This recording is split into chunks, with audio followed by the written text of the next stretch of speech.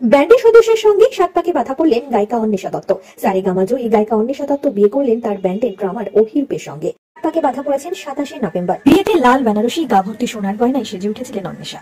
তারপরে ধুমধাম করে হয়েছে তাদের রিসেপশন পার্টি। রিসেপশনে দেখা গিয়েছে বেনারসি না পরে এসেছিলেন শিফনের গোলাপি শাড়ি। বেশ সুন্দর দেখাচ্ছিল তাকে। খোলা চুল, তার সঙ্গে মানানসই গয়নায় খুব ভালো দেখাচ্ছিল গায়িকা অন্বেষাকে। শাখা পলা পরেছিলেন হাতে গায়িকা। রিসেপশনের বিভিন্ন ছবি শেয়ার করে বিশেষ বার্তা দিলেন তার বরের উদ্দেশ্যে। তিনি লিখলেন, এই জীবনে যে কটা দিন পাবো তোমার আমায় হেসে খেলে কাটিয়ে যাবো দোহে, স্বপ্ন মধুর মোহে।